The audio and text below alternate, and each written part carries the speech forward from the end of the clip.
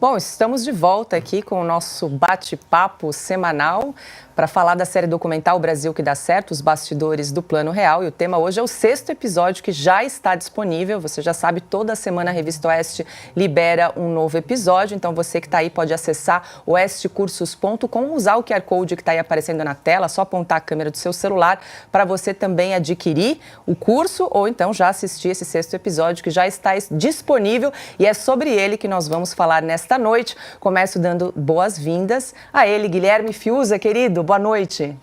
Oi, querida Paula Leal, boa noite, Marcos Lins, e boa noite a todos. Será um prazer. Professor Marcos Lins, meu parceiro de estúdio, seja bem-vindo novamente, boa noite.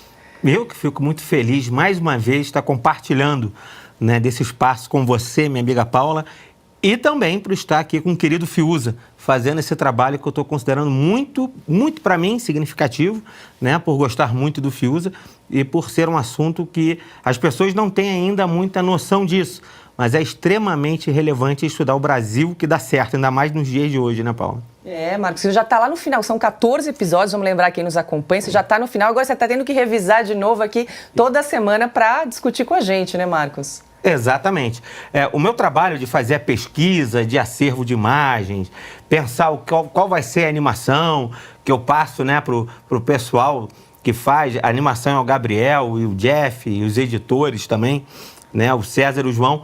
Eu faço esse trabalho de fazer essa pesquisa antes para depois entregar e depois ficar ajustando com eles. Então, eu já fiz e eu posso garantir, assim, é um trabalho maravilhoso que conta toda a saga do Plano Real e que não foi fácil a implementação e muito menos fácil é a sua manutenção. E as pessoas não estão se dando conta disso. O quão frágil, por mais que esteja há 30 anos, sabe, Paula?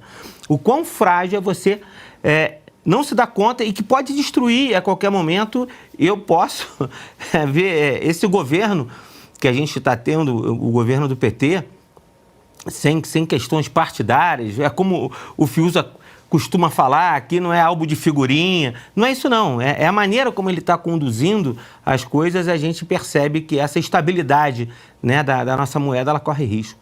Perfeito. Antes de a gente começar o bate-papo, vou pedir para a produção exibir um vídeo rápido aí com o resumo desse 6º episódio. Começavam a surgir os contratos salariais com duração de apenas 4 semanas. Tinha até salário indexado ao preço da batata. Esse era o cenário da hiperinflação alemã em 1923, ao qual o Brasil de 1993 ainda não tinha chegado, mas também não estava longe dele. Com a aproximação do final do ano de 1993, a apreensão começou a tomar conta do bunker. Estavam prestes a completar 6 meses no poder e a inflação continuava subindo. Agora já se aproximava dos 40% ao mês. A varredura nas contas nacionais, o fechamento de ralos e torneiras, as cirurgias no orçamento, nada disso era muito visível para a opinião pública. Era hora de separar a vaidade, a presunção de salvar o país com uma boa ideia, da avaliação realista sobre as chances de pôr qualquer ideia de pé.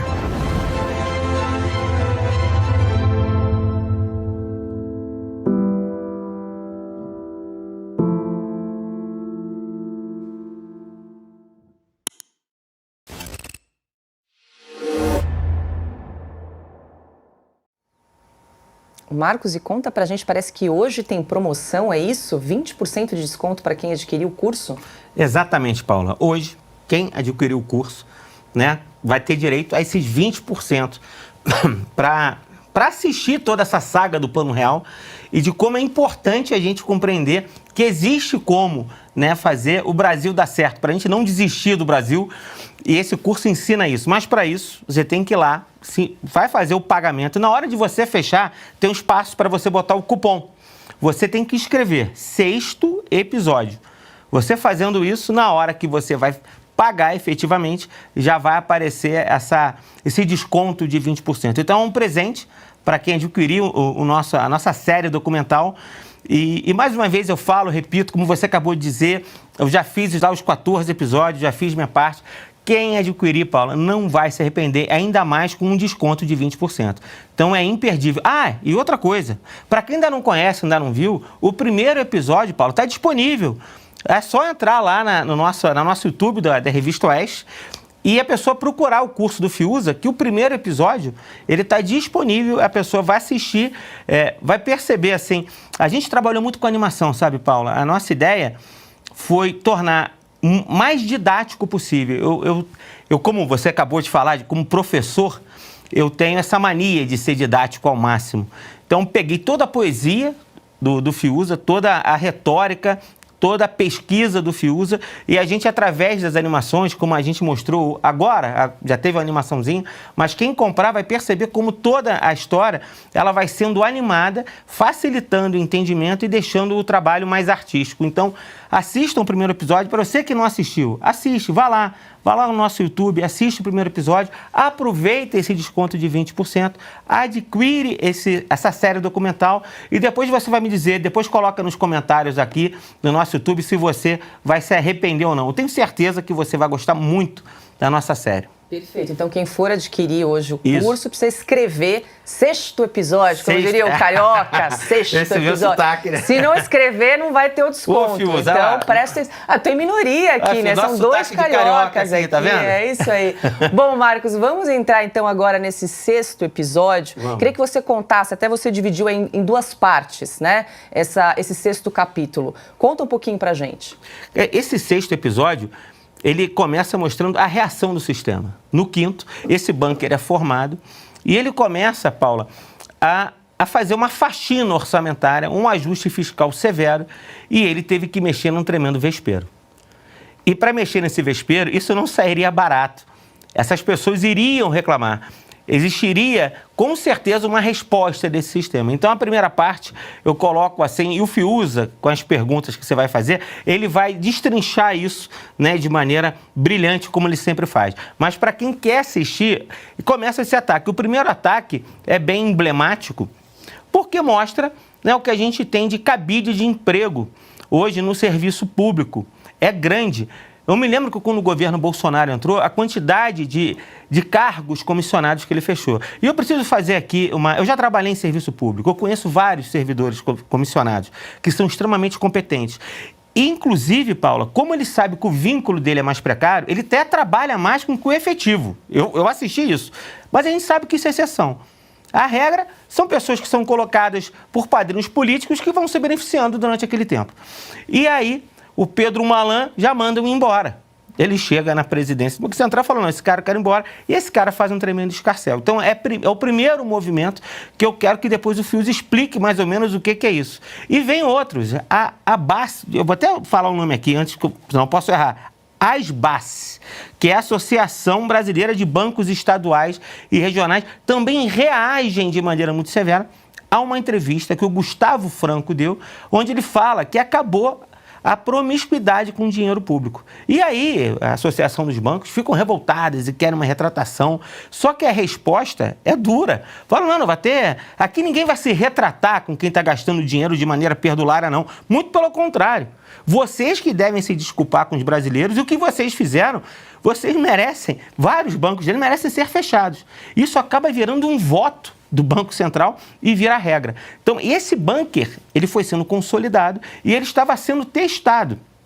E passou ainda para outro ponto, que também é a Comissão Monetária. A Comissão CMN, né? Comissão Monetária Nacional, que tinha as chamadas excepcionalidades, que o Fiuza explicou muito bem na quinta-feira, também precisava frear. E aí Pedro Malan pede para Fernando Henrique, então, dar uma freada. A partir de então, eles têm que começar a justificar quanto eles gastaram, quanto eles vão gastar, e mais uma torneira vai sendo fechada e a reação vai aumentando. E esse bunker, ele vai sendo efetivamente protegido. E eu acredito que desse ataque, eu quero muito ouvir o Fiuza falando sobre isso, é um projeto de lei do Paulo Paim, do PT, onde ele propõe, nesse projeto de lei, um reajuste integral, mensal, do salário. Além disso, além desse reajuste integral, para quem tinha salário mínimo, ainda tinha um acréscimo de 3%. Isso ia acabar com o Plano Real, porque eles iriam continuar imprimindo dinheiro, dando uma falsa noção que as pessoas tinham dinheiro para gastar, fazendo com que a inflação voltasse de maneira... Quer dizer, voltasse não, que ela continuasse. Só que, nesse momento, a equipe econômica do Fernando Henrique, a gente está blindado mesmo, olha, se isso passar, a gente está fora. Isso a gente está fora. E aí, Fernando Henrique conversa com o Itamar, e nesse momento, o Itamar vai e veta esse projeto de lei. Então, essa primeira parte que eu separei, o que a gente vê é um ataque, e aí ele se protegendo, o bunker se fecha, mas eu continuo contando a segunda e a terceira parte, mas esse é o primeiro momento que eu tenho certeza que o Fius aí agora vai destrinchar de maneira brilhante. Perfeito, vamos colocar o Fius aqui na roda, mas antes eu vou pedir para a produção exibir um trechinho desse ataque justamente que você descreveu aqui para a gente, Marco, e daí eu quero ouvir o comentário do Fius. Bom, vamos começar com uma cena emblemática dentro do Banco Central que dá uma boa pista sobre a chegada da hora da verdade. Um diretor adentra a sala do novo presidente do banco com cara de poucos amigos. Ele gira a maçaneta da presidência sem muita cerimônia, porque suas costas são quentes o suficiente para que ele transite desinibido por qualquer canto da casa. A informação que ele tinha recebido é de que seria demitido e foi checar pessoalmente com o chefe se ele sabia com quem estava falando. O novo presidente do Banco Central não desmentiu a informação e o diretor saiu do sério. Resolveu então deixar claro que colocaria o chefe em perigo se ele mantivesse a decisão. O senhor sabe quem me indicou, não sabe? Pois bem, a decisão é sua. O que o senhor quer que eu diga a ele? Diga que você será substituído, encerrou Pedro Malan. As trombadas com afilhados, padrinhos, protegidos, companheiros e outros inquilinos da máquina pública sequer seriam relatadas por Malan a Fernando Henrique. E Fernando Henrique também não queria saber. De vez em quando era procurado pelo dono de algum funcionário cortado ou contrariado. Aí concordava com a crítica à autossuficiência do presidente do Banco Central e não fazia nada. Era a prometida blindagem contra as ventanias da política.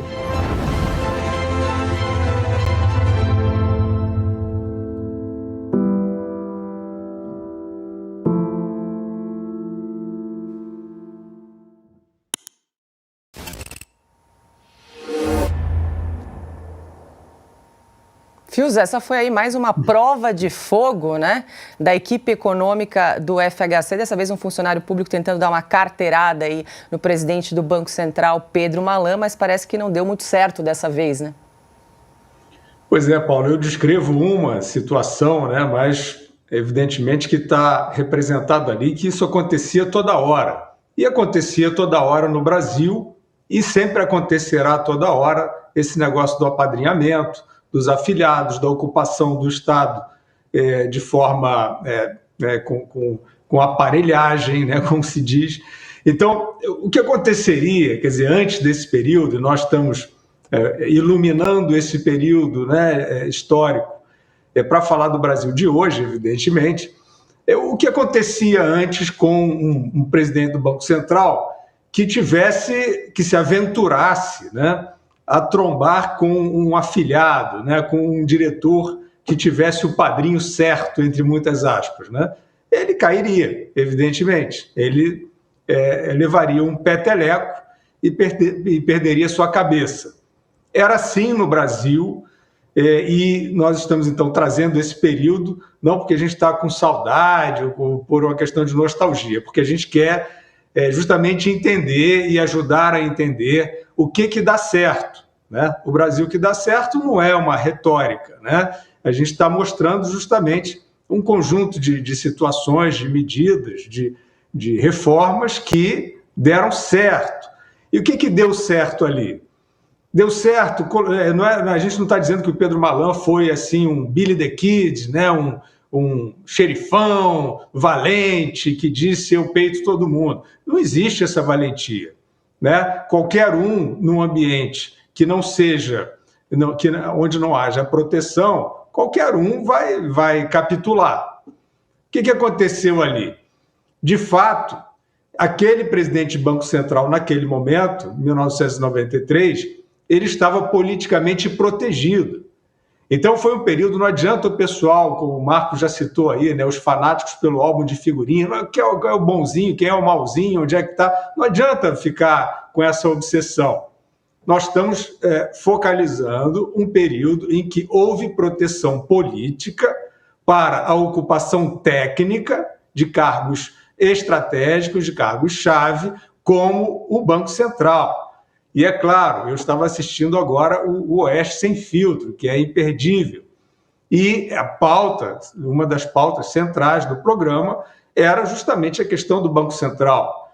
Sempre houve na política brasileira e mundial, nós estamos falando do Brasil, a tentação de você ocupar o Estado com os seus representantes políticos e no pior sentido, né, o chamado fisiologismo.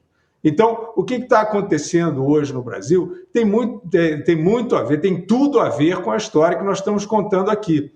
Porque ali, então, houve uma ruptura dessa ordem de apadrinhamento, o Banco Central foi ocupado por técnicos, não é porque eu gosto, não é porque eu acho o Pedro Malan bonitinho, até já falamos aqui, economistas do Real, Malan incluído, na última eleição, eles se posicionaram contra o seu legado. Não adianta dizer assim, não é bem isso, não é bem isso. Se posicionaram contra o seu legado, porque é claro que os princípios de responsabilidade fiscal estavam na outra candidatura que eles resolveram não apoiar. Então, assim, um parênteses que eu vou sempre fazer aqui, para o pessoal não ficar nervoso, achando que nós estamos aqui endeusando alguém, né, ou trazendo aí algum viés partidário. Não tem nada a ver com isso aqui.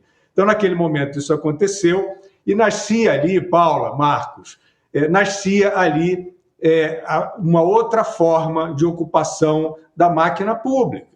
Essa é a realidade, é por isso que a gente está revisitando esse período. Porque, a partir dali, a ideia do Banco Central ter autonomia para gerir a política monetária de forma técnica, isso não é um economês. Isso aqui é o valor do seu dinheiro. Ou melhor, isso é o valor do seu trabalho. O dinheiro que você tem no bolso, se ele é fruto do seu trabalho, né, ou se você ganhou de forma merecida, etc., ele está protegido lá no Banco Central. Claro, tem a política macroeconômica do governo, mas a gestão monetária é feita no Banco Central. E, evidentemente, que antes desse período, isso era muito suscetível às ondas, aos ventos políticos. E o que aconteceu ali foi que o Comitê de Política Monetária passou, de fato, a arbitrar a taxa de juros conforme critérios técnicos. Então, qual é a comparação com o que se passa hoje? Hoje nós estamos vendo uma fritura a céu aberto do presidente do Banco Central, Roberto Campos Neto, a meu ver, com o silêncio indefensável, inconfessável e ensurdecedor daqueles que fizeram bem ao país em outros momentos, né, incluindo aí o Plano Real, a responsabilidade fiscal. Estão vendo aí o Roberto Campos Neto sendo... É uma fritura que não é nem sutil, né? Agora tem aí o Oeste Sem Filtro estava mostrando, o Tribunal de Contas investigando o quê? É uma declaração que ele fez sobre gestão de recursos, mas isso, então, você abre uma investigação. Bom, o Tribunal de Contas fez uma investigação, né, desse tipo também contra o ex-ministro Paulo Guedes, para decidir se ele estava fazendo corretamente a política cambial. Eu volto a dizer, isso aí não é abonador para o Tribunal de Contas. Isso aí serve para as manchetes, essas manchetes que a gente vê dessa imprensa que já faliu. Campos Neto é investigado, não sei o quê. Isso aí é um show, né, de quinta categoria para fritar. E que fritura é essa? É por isso que a gente está voltando a esse período aí. Que fritura é essa? É a fritura de alguém, do neto do Roberto Campos, ou de alguém de uma determinada corrente política, de um lado ou de outro? Não, isso é a fritura da responsabilidade fiscal. Ou seja, isso é a fritura do seu poder de compra, porque é claro que se tem um presidente do Banco Central seguindo esse legado que nós estamos mostrando aí no 6º capítulo da série O Brasil que dá certo, ele está seguindo esse legado. Ele está fazendo de forma autônoma e técnica a política monetária. Isso é proteção ao seu dinheiro. Isso não é um economês. Isso foi consagrado lá atrás, por isso nós estamos mostrando como isso foi consagrado, e é isso que está sendo ameaçado na política brasileira hoje. Perfeito. Aqui eu quero até aproveitar, a Eliane Francisca Meirelles disse o seguinte aqui no chat: esse curso é muito bom, meu marido está devorando. Obrigada, Eliane, pelo comentário. E aproveita lembrar você que a partir de hoje tem um desconto de 20%. Então você que quer adquirir esse curso documental, o Brasil que dá certo, os bastidores do Plano Real. É só entrar em oestcursos.com e na hora de fazer o pagamento é para você colocar o cupom escrito sexto episódio. É isso, Marcos? E acabei de receber a informação que tem que ser escrito junto. Não Tudo tem... junto, sexto episódio. Pode ser maiúsculo. Por extenso, isso. Tô lendo aqui. Pode ser maiúsculo ou minúsculo, mas tem que ser tudo junto. Sexto episódio. Aí você vai ganhar os 20% de desconto. Perfeito, está dado o recado aí, então, para você aproveitar esse descontão, esse presentaço aqui da Revista Oeste para você. Fiuza, aí seguindo aqui nesse sexto episódio, Fernando Henrique estava lá 6 meses no cargo como ministro da Fazenda, a inflação estava chegando aí aos 40%, continuava subindo, rolava aquela pressão. E aí parece que vem um deputado do PT, Paulo Paim, para propor um projeto de lei, é isso, uma proposta, né? Um projeto de lei que quase dissolveu a equipe econômica. Conta mais pra gente aí desse fato. Exato, Paula. É porque são essas bondades de mentira, né? Como o PT fez o tempo todo no Brasil, sempre fez isso. Teve um período que o PT não fez isso, que foi no início do primeiro governo Lula. A gente aqui tem independência, né? A gente tem honestidade intelectual e a gente não fala do que não sabe. Mas quando a gente vê e sabe, a gente fala. Então, houve, de fato, um período entre 2003 e 2004 que esse legado que nós estamos relembrando aqui foi respeitado e até reafirmado por um governo que era do PT. Então, não temos problema nenhum de falar sobre isso. Mas, fora isso, o PT, em geral, tem aquela ação de ocupação do Estado e o PT tentou, de todas as maneiras, em todos os campos possíveis, dinamitar essa ideia do Plano Real, votou contra o Plano Real no Congresso, e essa medida aí era uma correção automática do salário. Evidentemente que toda a história do Plano Real, né, quem acompanha a nossa série já entendeu, era para você fazer uma coisa quase hipnótica, que era você conseguir que a sociedade rompesse com a correção monetária, né, que era o contágio da desvalorização do dinheiro. A correção monetária seria a valorização nominal, mas evidentemente você estava tirando o valor do dinheiro dessa maneira, e o Plano Real cortou a correção monetária, criando 2 moedas, o RV, tudo isso que as pessoas sabem.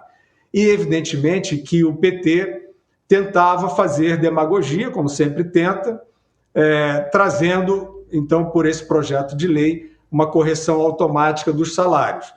E, nesse momento, a equipe informou ao ministro Fernando Henrique que não seguiria no governo dessa maneira, e, assim, afirmando essa questão, o ministro Fernando Henrique conseguiu que o então presidente Itamar Franco vetasse essa lei.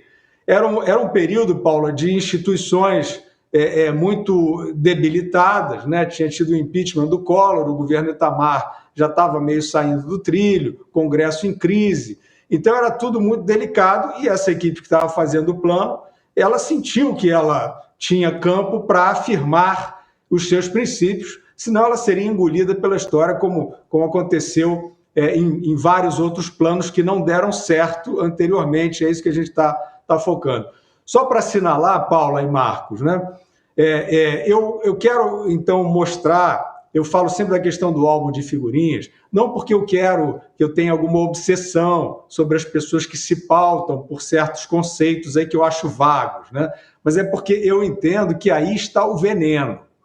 Aí está justamente o perigo de você perder de vista o que dá certo, né? É por isso que eu enfatizo tanto. Então, veja, tem teses aí que dizem que o PT e o PSDB tinham um acordo, né, um pacto de revezamento no poder.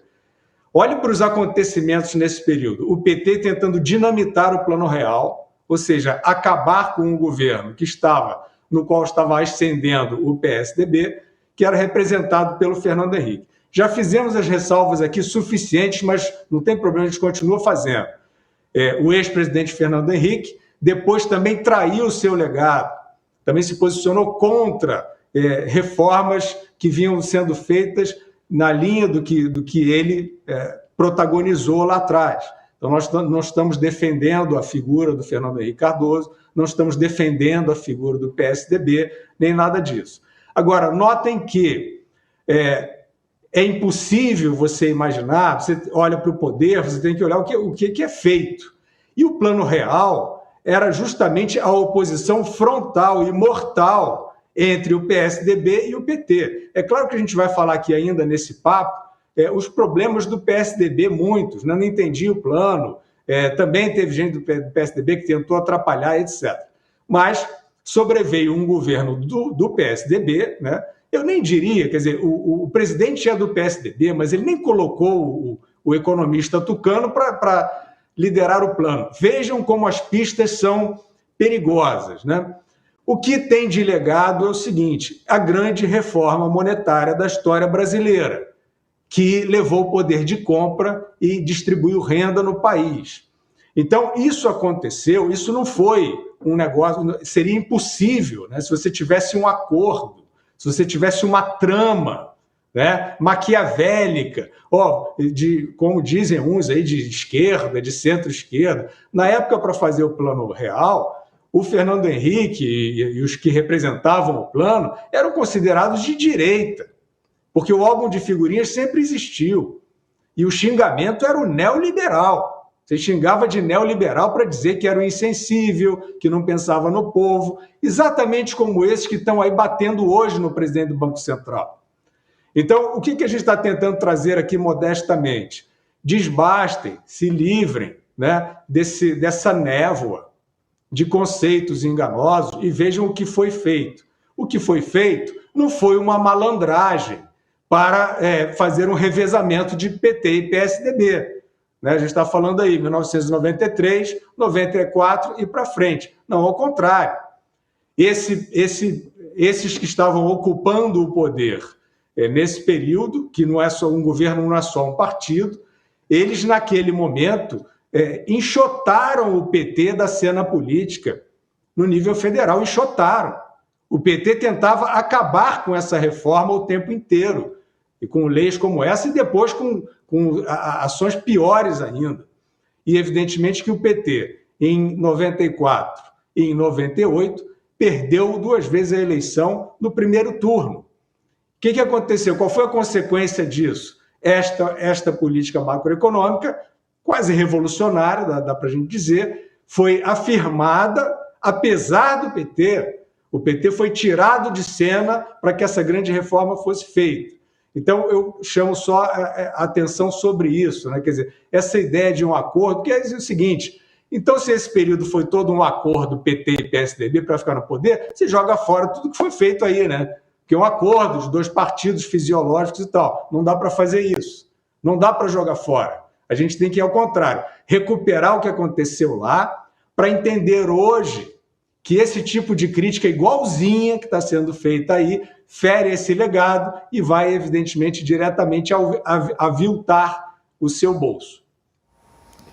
Fiuza, eu quero falar um pouquinho mais sobre essa questão da relação do PSDB e FHC, os tucanos, né, com relação ao Plano Real, mas antes quero pedir para o Marcos trazer essa segunda parte do 6º episódio. Você comentou um pouquinho da primeira, né, Marcos? E agora trazer um pouco dessa segunda parte.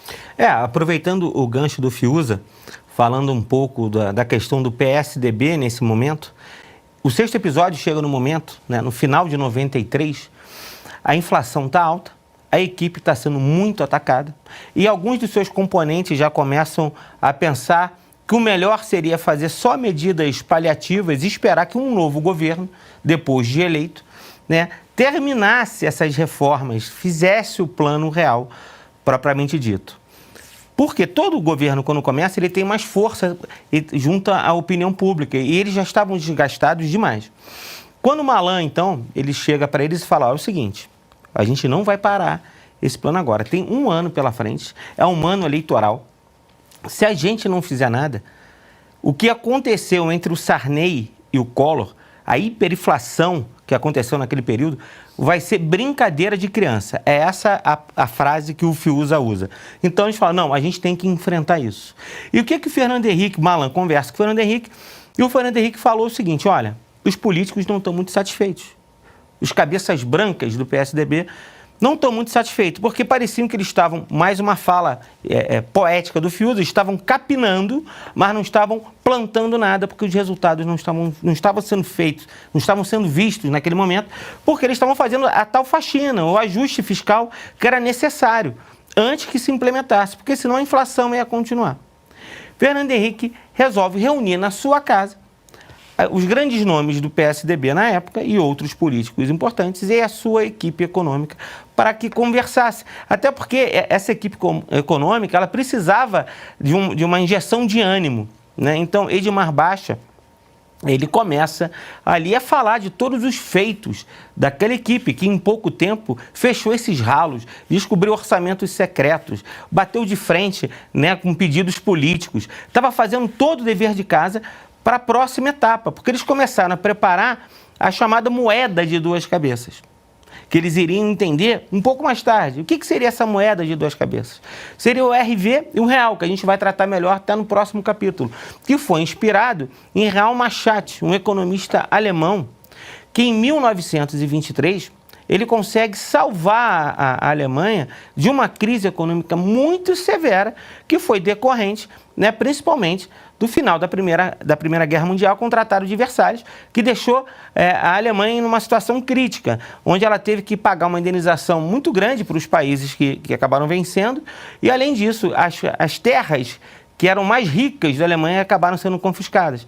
Claro que depois a história explica que isso acabou fomentando e pavimentando o caminho para o nazismo acabar crescendo nessa pobreza e naquela situação.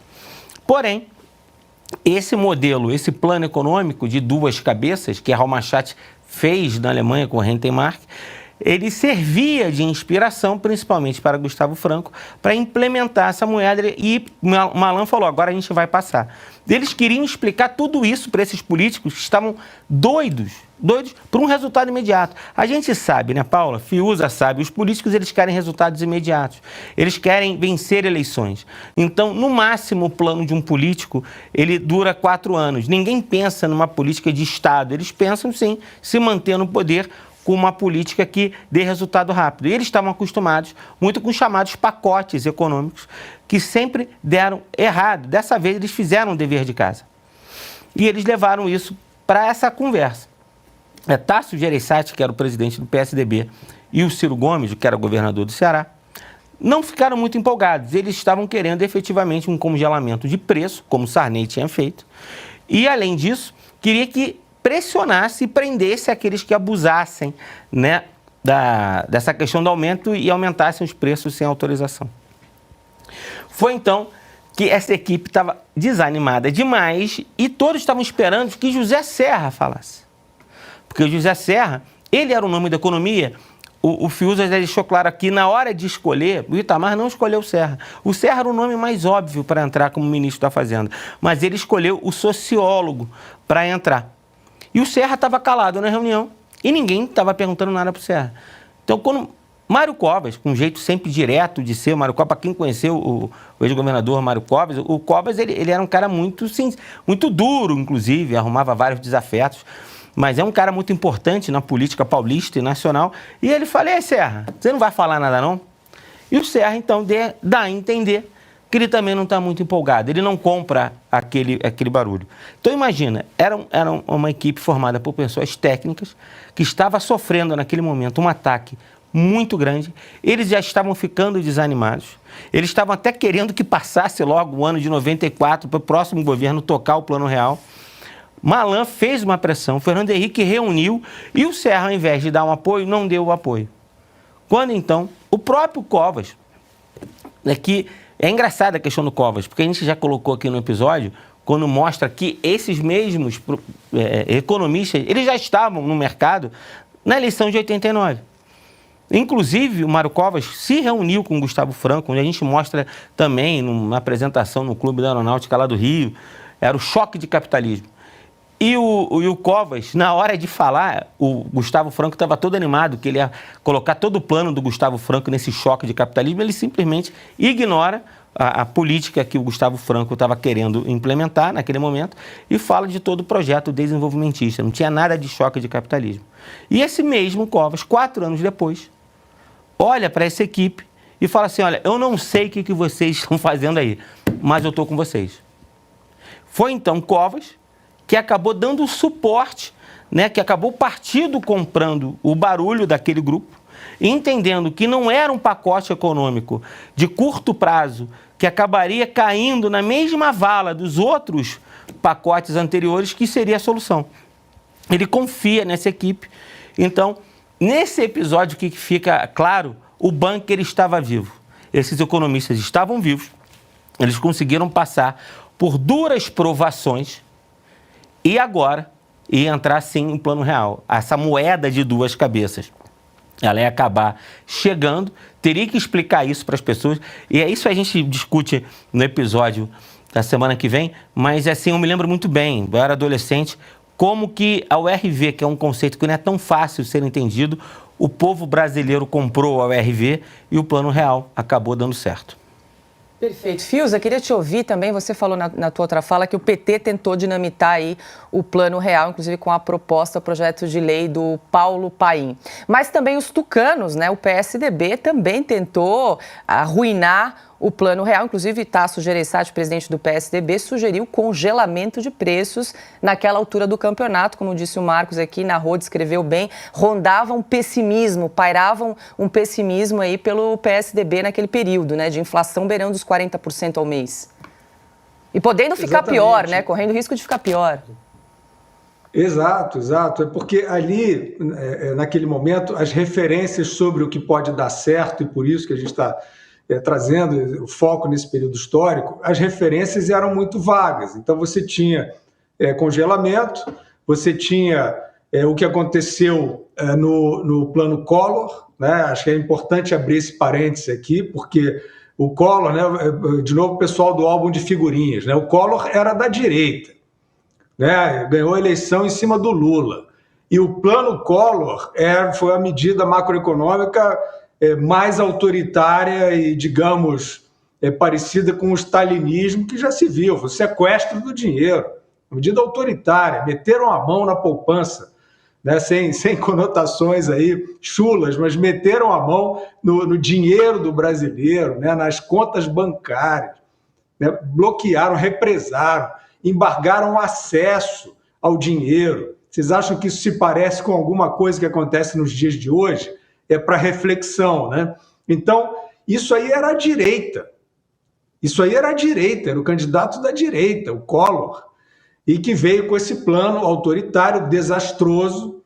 E é claro que o trauma nacional, né, ele já estava ali com um repertório, né, de referências de desgraça gigantesco, né? Então tinha Zélia Cardoso, e depois tinha o Funaro, Dilson Funaro, quer dizer, antes, né, aconteceu no Cruzado, que vinha ali com uma ideia que parecia boa. Inclusive, integrantes do plano real estavam no plano Cruzado, mas também uma ideia, no caso do congelamento, que foi apropriada pela política, foi artificializada. Então, nesse momento, Paula, o que se passava era um descrédito total, inclusive dentro da classe política. Essa percepção de que era possível fazer algo efetivo, muito poucos tinham. Por isso que eu acho importante chamar a atenção, e esses poucos eu já falei, vou fazer sempre essa ressalva, né? Não estamos endeusando, não estamos achando bonitinha as simpatias partidárias deles, nós já falamos de deslizes sérios recentes, então não se trata disso. O que é o aprendizado, né? Que a gente aqui, pelo menos tentando contribuir, né, com a informação, com a educação, o que a gente acha que é o aprendizado? É você ver o fato. A Revista Oeste é isso, é o fato. Ver o que aconteceu, como aconteceu. Se o dono daquele fato, o protagonista, depois virou o fio, problema dele. Você conhece o fato. Então, naquele momento, havia um descrédito, uma desesperança total, porque as referências eram todas assim. Para você combater a inflação, não tem um instrumento. Não tem. Qual é o instrumento? Congelamento, sequestro de poupança, nada disso resolvia. Bravata, bala de prata, direita, esquerda, centro, nada resolvia. E aquelas poucas pessoas que estavam ali, não por serem luminares, nada disso, mas eram pessoas atualizadas, bem informadas, como o Marcos já citou algumas vezes aí, a experiência alemã dos anos 20 de controle da hiperinflação era uma das referências, havia outras. Eu particularmente acho, e a série mostra, que a implantação do plano, né, com essa selva de oportunista, de parasita, de fisiológico tentando abocanhar, foi mais importante, mais difícil do que a própria formulação, essa é a minha impressão pessoal, mas naquele momento, então, havia essa situação de paralisia. Né? Não havia, não se tinha perspectiva de algo que pudesse funcionar, mas houve a sensibilidade política. Então, o Mário Covas, por exemplo, já mostramos aqui, Tasso Gereissati, Ciro Gomes, né, na época do PSDB, estavam ali pensando na solução argentina, provavelmente, do Plano Cavalo, né, que ainda não tinha ido para o brejo, porque não tinha a questão fiscal. Né? Atentem para isso. Essa questão fiscal que está sob ataque hoje, né, com a mudança da ideia do teto, com ataques, tentativa de colocar na frigideira o presidente do Banco Central, isso tudo é ataque à responsabilidade fiscal. E a responsabilidade fiscal é a mãe da reforma monetária do Plano Real. Porque só aquela condição de você eliminar os ralos, né? Você, portanto, tirar a drenagem da riqueza do país para os malandros, para os gatos gordos, né? Para os ralos e os feudos, só assim você criou condições realmente da moeda se valorizar, como permanece até hoje. Né? É um caso no continente. É uma moeda com poder de compra, não tem nenhuma outra, nenhum outro país com essa longevidade. Então, esses políticos do PSDB, eles estavam olhando para a Argentina na época. O Plano Cavalo, esse que dá certo, não sei o quê. Ou seja, não tinha profundidade.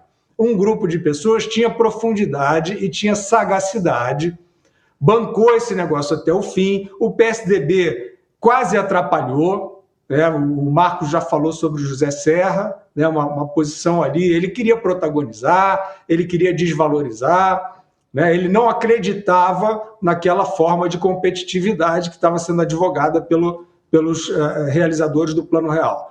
Só que o Mário Covas mostrou ali um enorme espírito público, porque ele mesmo, com referências, vou dizer respeitosamente, anacrônicas, sobre competitividade, sobre abertura econômica, etc., ele teve um feeling do político. O político tem que ter isso, ele teve a intuição de que aquele caminho poderia ser frutífero. E foi a palavra do Mário Covas, que tinha muita influência, que levou o partido, então, a apoiar o Real, aquela caminhada que ainda estava no começo.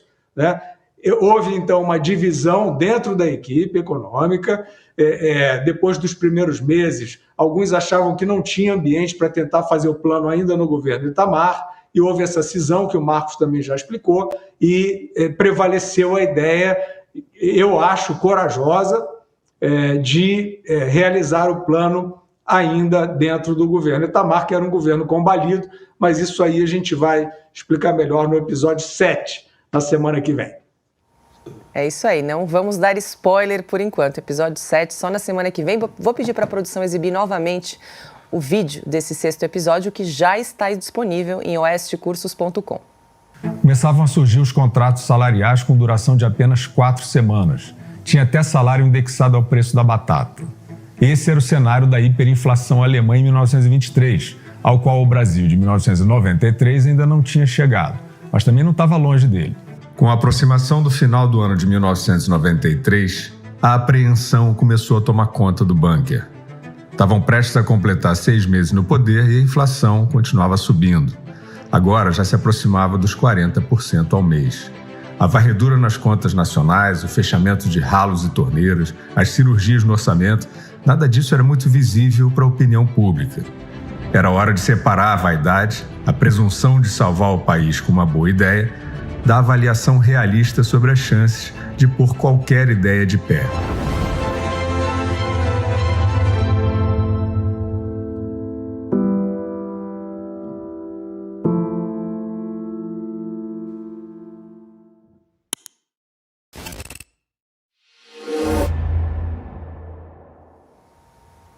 quero aproveitar, convidar você para aproveitar esse descontaço, gente, 20% para você que está aí comprar o curso documental, a série documental O Brasil que dá certo, os bastidores do Plano Real. É importante, a hora que você for fazer o cadastro para adquirir o curso, você precisa escrever no cupom Sexto Episódio, tudo junto e por extenso, para você aproveitar esse desconto de 20%. E vale lembrar que o primeiro episódio, a Revista Oeste também deu de presente para você aí uma degustação, está disponível no canal da Revista Oeste no YouTube. Você pode conferir aí esse primeiro episódio para ter uma ideia daquilo que a gente tem falado aqui semanalmente, todas as terças-feiras, comentando um episódio novo. Toda semana a Revista Oeste disponibiliza um novo episódio. A série então tem 14 capítulos. Estamos hoje comentando o sexto.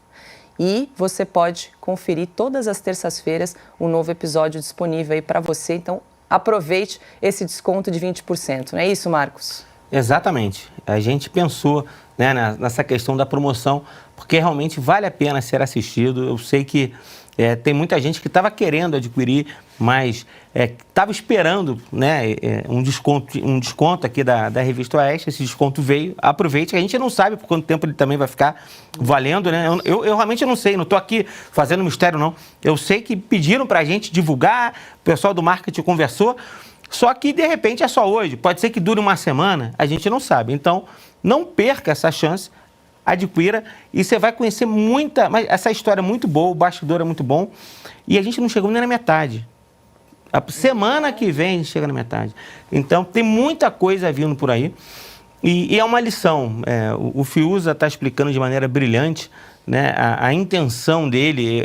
É óbvio que eu entendi e comprei esse barulho junto com o Fiuza e eu digo sempre, essa série documental, ela faz com que você saia dessa imaturidade política, desse fla-flu político que interessa só determinados grupos de políticos, para que a gente faça um debate honesto. E a gente não está aqui fazendo nenhum tipo, realmente, a gente não está aqui louvando nenhum tipo de político. Até porque o Fiuza já deixou claro também isso. A maioria desses políticos que fizeram esse Plano Real, nas últimas eleições, apoiaram Lula.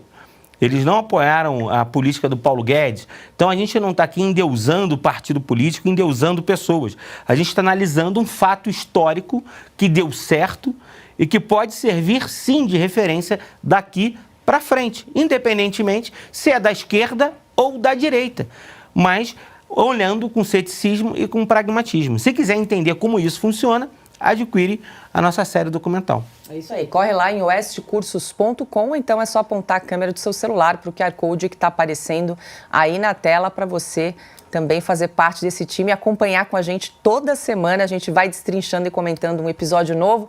Querido Guilherme Fiuza, muito boa noite. Obrigada por mais essa terça-feira. E a gente te espera semana que vem aí para o 7º episódio. Tem muita coisa boa ainda, como disse o Marcos. Nem chegamos na metade, né? Paulo Leal, muito obrigado pela sua companhia. A sua bravura é incrível, né? Seguindo direto aí do Oeste Sem Filtro. Sou seu fã, muito obrigado por continuar com a gente. Semana que vem a gente está junto. Marcos Lins, muito obrigado pelo papo, pelas excelentes exposições aí e, claro, pelo seu trabalho de direção brilhante dessa série. Eu queria também deixar aqui, Paula, um abraço a todos, a audiência.